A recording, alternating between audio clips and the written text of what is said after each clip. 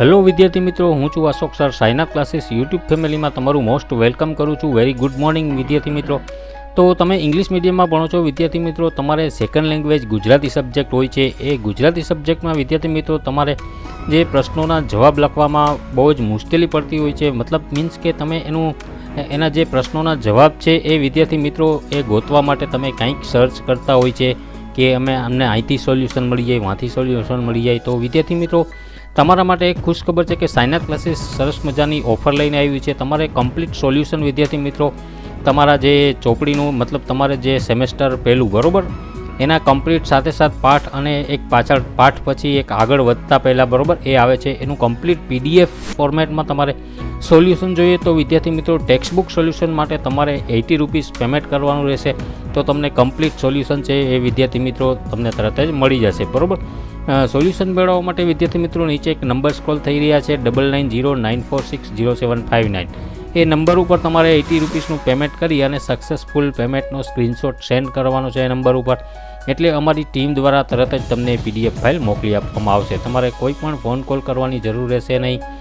Within a 1 hour 1 કલાક જેવો time લેશે વિદ્યાર્થી મિત્રો પ્રોસેસ, કારણ કે કોમ્પ્યુટરાઇઝ સિસ્ટમથી પ્રોસેસ થતી હોય છે. તો અમારી ટીમ તમને સામેથી જ કોન્ટેક્ટ કરીને તમને PDF ફાઇલ મોકલી આપશે અને એ PDF ફાઇલમાં તમે સેવ કરી તમારા મોબાઈલમાં અને તમે સારો એવો સ્કોર લઈ આવી શકો એક્ઝામમાં બરાબર. તો વિદ્યાર્થી મિત્રો વધારે સમયના તો આપણે વિડીયોને સ્ટાર્ટ કરશું. Late start the topic without wasting time. તો વિદ્યાર્થી મિત્રો આજના ટોપિકમાં આપણે આજના વિડીયોમાં બરાબર તમારે 7મો પાઠ આવે છે કંકોત્રી, સરસ મજાનો એ પાઠ છે. એમાં ટેક્સ્ટબુક સોલ્યુશન છે વિદ્યાર્થી મિત્રો, ટેક્સ્ટબુક સોલ્યુશન કવર કરીએ છીએ. પહેલો જ પ્રશ્ન છે વાતચીત બરાબર. શું કહે છે લેખક? તમે ક્યારેય કોઈના લગ્નની કંકોત્રી વાંચી છે? તેમાં કઈ કઈ વિગતો હોય છે? તો જવાબ આ રીતે બનશે વિદ્યાર્થી મિત્રો. હા, મેં લગ્નની ઘણી કંકોત્રી વાંચી છે. તેમાં ગણ સ્થાપન, ગ્રહ શાંતિ, હલ્દી રસમ, મામેરું, દેવદર્શન, ભોજન સમારંભ અને હસ્તમેળાપની વિગતો, જાન આગમન, જાન પ્રસ્થાન તથા નિમંત્રકના પરિવારના સભ્યોના નામ અને સરનામા હોય છે બરાબર. આ રીતે ગાઈઝ પ્રશ્ન બનશે. આગળ જોઈએ બીજો. તમે કોના લગ્ન પ્રસંગમાં ગયા છો? તો કે હું મારા કાકાના, મોટા ભાઈના, સગા સંબંધીઓના અને પપ્પાના મિત્રોના લગ્ન પ્રસંગમાં ગયો છું. એવી જ રીતે લગ્ન પ્રસંગ વિશે કહો બરાબર. તમારે આ જવાબ આ રીતે લખી શકો. તો લગ્ન પ્રસંગમાં ખુશીનો માહોલ હોય છે. અવનવા મોંઘાદાર કપડાં પહેરીને લોકો પ્રસંગને માણે છે. સૌ પ્રસંગે નાચ ગાનમાં મશગુલ થઈ જાય છે. વરઘોડા વખતે ફટાકડા અને આતશબાજીથી આખું આકાશ જળજળી થઈ જાય છે, ઝળાહળા થઈ જાય છે. ભોજનમાં અવનવી વાનગીઓ પીરસાય છે બરાબર. તો એવી જ રીતે વિદ્યાર્થી મિત્રો ચોથા પ્રશ્નનો જવાબ પણ તમે જોઈ શકો છો. લગ્ન પ્રસંગમાં કન્યા વિદાય વખતે બધાને રડવું કેમ આવતું હશે? તો સરસ મજાનો 3 ને 2 5 લીટીમાં છે. તો એવી જ રીતે વિદ્યાર્થી મિત્રો આગળ જો બધા આપણે પ્રશ્નોના જવાબ વિદ્યાર્થી મિત્રો વાંચીને સમજશું તો વિડીયોની સાઇઝ એકદમ લાંબી અને મોટી થઈ જશે. જરૂર પડે ત્યાં હું સમજાવીશ અથવા વિદ્યાર્થી મિત્રો તમે કોમેન્ટ કરીને પણ મને પૂછી શકો બરાબર. એવી જ રીતે 5મો જોઈએ તો લગ્ન પ્રસંગમાં તમને કોઈ જવાબદારી સોંપાઈ છે કઈ? તો એવી જ રીતે 6થો પ્રશ્ન અહીંયા છે વિદ્યાર્થી મિત્રો. એવી જ રીતે 7મો બરાબર. આગળ જોઈએ આપણે ઉપર. તો 8મો પ્રશ્ન શું કહે છે એ આપણે સમજીએ. લગ્નમાં ખર્ચ ઘટાડવા માટે શું કરી શકાય? તો લગ્નમાં ખર્ચ ઘટાડવા માટે વરપક્ષ અને કન્યા પક્ષના સંબંધીઓની સંખ્યા મર્યાદિત કરીને, ભોજન સમારંભમાં વાનગીઓ થોડી ઓછી કરીને, વધારે પડતી જાહો જલાલી ઝાકળમાળને ઓછી કરીને, ફટાકડા આતશબાજી ઓછી કરીને, જરૂર વગરનો ખર્ચ ઘટાડીને સાદગીપૂર્ણ રીતે વિધિ વિધાનથી લગ્ન કરીને ખર્ચ આ રીતે ઘટાડી શકાય વિદ્યાર્થી મિત્રો. આજના યુગમાં તમે જુઓ છો દેખાદેખીમાં આટલા બધી ખર્ચો કરતા હોય છે વિદ્યાર્થી મિત્રો એક લગ્નમાં કે આ જીવન એ પછી એના હપ્તા અને જે વ્યાજે રકમ લીધી હોય છે એના વ્યાજ ભરીને જ વિદ્યાર્થી મિત્રો બહુ લાંબો સમય વીતી જતો હોય છે. તો એવી રીતે વિદ્યાર્થી મિત્રો લગ્ન પ્રસંગમાં ખર્ચ ઘટાડવા માટે આ બધા જે લેખકે કીધું છે એ પ્રમાણે આપણે ઓછું કરી અને વ્યવસ્થિત લગ્ન કરી શકીએ. એવું જરૂરી નથી કે ખર્ચો વધારે કરવો. 9મો પ્રશ્ન. લગ્ન પ્રસંગમાં તમને કઈ બાબતો વધુ ગમે છે કેમ? બરાબર. એ જ રીતે 10મો પ્રશ્ન છે વિદ્યાર્થી મિત્રો. પછી નીચેનો ભાવ દર્શાવતી કાવ્ય પંક્તિ કાવ્યમાંથી શોધીને લખો. પ્રથમ કંકોત્રી કાકાને મોકલો. કાકા તમે ભત્રીજીને ઉત્સાહથી પરણાવો બરાબર. તો અહીં કાવ્ય પંક્તિ છે વિદ્યાર્થી મિત્રો તમે જોઈ શકો છો, પહેલી, બીજી અને ત્રીજી બરાબર. એવી જ રીતે આગળ 3rd નંબર ક્વેશ્ચન ઉપર વધીએ આપણે મૂવ થઈએ તો વિદ્યાર્થી મિત્રો કાવ્ય પંક્તિને આધારે નીચેના વાક્યોમાંથી ખોટા શબ્દો ચેકીને વાક્યો લખવાના છે, બરાબર. કંકુ છાંટીને કંકોત્રી, ને અહીંયા કળોતરી છે, બરાબર. તો કળોતરી ઉપર લીટો આવશે વિદ્યાર્થી મિત્રો. કંકુ છાંટીને કંકોત્રી મોકલો. સરસ મજાનું વિદ્યાર્થી મિત્રો ગીત છે, બરાબર. તમે સાંભળેલું હશે, કંકુ છાંટીને કંકોત્રી મોકલો. આ રીતે સરસ મજાનું ગીત છે વિદ્યાર્થી મિત્રો. હું તો એટલો સિંગર નથી, પણ ઘણા બધી કલાકારોના તમે અવાજમાં ગીત સાંભળો તો તમને ગમશે. સારું એવું ગીત છે. આગળ વધીએ તો એવી જ રીતે બીજું, કાકા અને મામા હોશે મોસાળું લઈ આવે, બરાબર. તો વિદ્યાર્થી મિત્રો કાકા ઉપર કેન્સલ થશે, બરાબર, કારણ કે મોસાળ પક્ષમાં મામા હોય છે, તો એ જ મોસાળું લઈ આવે. તો અહીંયા વાક્ય પણ આવી રીતે બનશે વિદ્યાર્થી મિત્રો. આગળ જોઈએ વિદ્યાર્થી મિત્રો, તો એવી જ રીતે અહીંયા ત્રીજું, ચોથો અને 5 ને 6, બરાબર.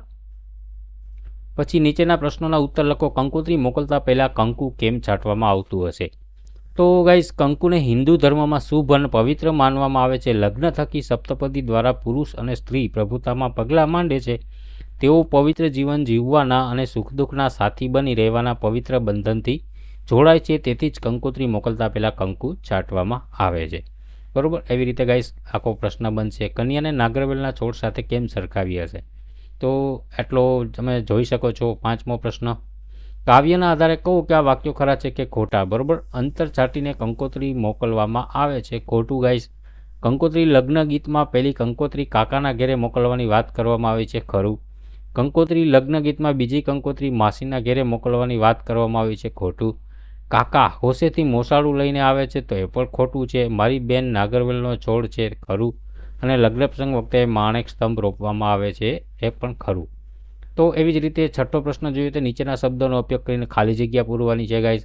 લગ્ન પ્રસંગ વખતે ખાલી જગ્યા છાંટીને કંકોત્રી મોકલવામાં આવે છે, બરાબર. તો અહીંયા આપણે આગળ જોઈએ ગાઈસ અધૂરો પ્રશ્ન ઉપર જઈને.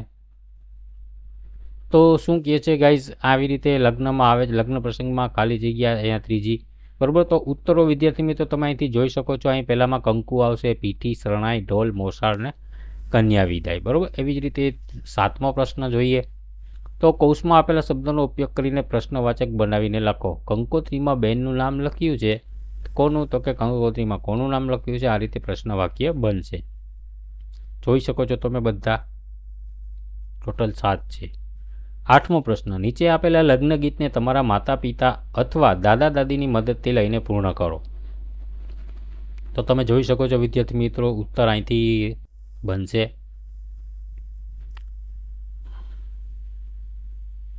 આગળ જોઈએ ગાઈસ, કૌંસમાંથી યોગ્ય વિકલ્પ પસંદ કરીને ખાલી જગ્યા પૂરવાની છે. મંગલ પરિણાય, બરાબર. ખાલી જગ્યા તરબૂચભાઈ તથા ખાલી જગ્યા ટેટીબેન.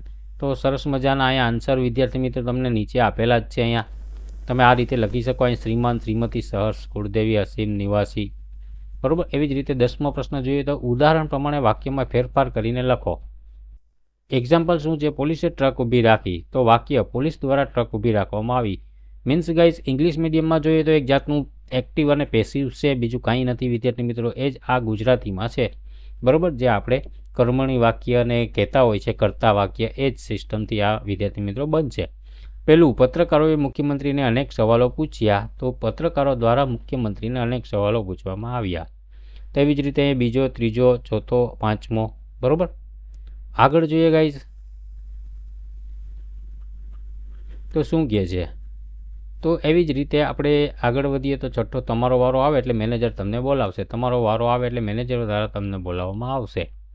વાક્યનો અર્થ ન બદલાય એ રીતે વાક્યમાંથી વધારાનો શબ્દ દૂર કરી અને વાક્ય ફરીથી લખવાનો છે, બરાબર. શું કહે છે? મારા દીકરાના લગ્ન પ્રસંગે સહપરિવાર સાથે આવજો. તો મારા દીકરાના લગ્ન પ્રસંગે સહપરિવાર આવજો, સાથેની જરૂર નથી, બરાબર. કારણ કે સહપરિવાર છે તો ઓલરેડી સાથે જ હોય, એને જ સહપરિવાર તો કહેવાતું હોય છે ગાઈસ, બરાબર. તો એ વધારાનો શબ્દ છે, આપણે એથી દૂર કરી દીધો. હું રજાઓમાં મારા મોસાળમાં મામાના ઘરે જવાનો છે. તો હું રજાઓમાં મારા મોસાળમાં જવાનો છે, તો મામા ઓલરેડી મોસાળમાં જ હોય છે ગાઈઝ. તો એના માટે મામા શબ્દ આપણે વાપરવાની જરૂર નથી, કારણ કે મામાથી આપણને મળવાના જ છે. તો અહીંયા આપણે વધારાનો શબ્દ આ કાઢી નાખ્યો, બરાબર, મામાના ઘરે. તો એવી જ રીતે આગળ જોઈએ ત્રીજું, ચોથું અને 5મો ગાઈઝ તમે સમજી શકો છો વાક્ય, બરાબર. આગળ જોઈએ 12મો, આપેલ ફકરાને ધ્યાનથી વાંચો. ઉદાહરણ પ્રમાણે સંબંધ દર્શાવતો શબ્દ લખી ફકરો પૂર્ણ કરો. તો સરસ મજાનો ફકરો તમે જોઈ શકો છો ગાઈઝ.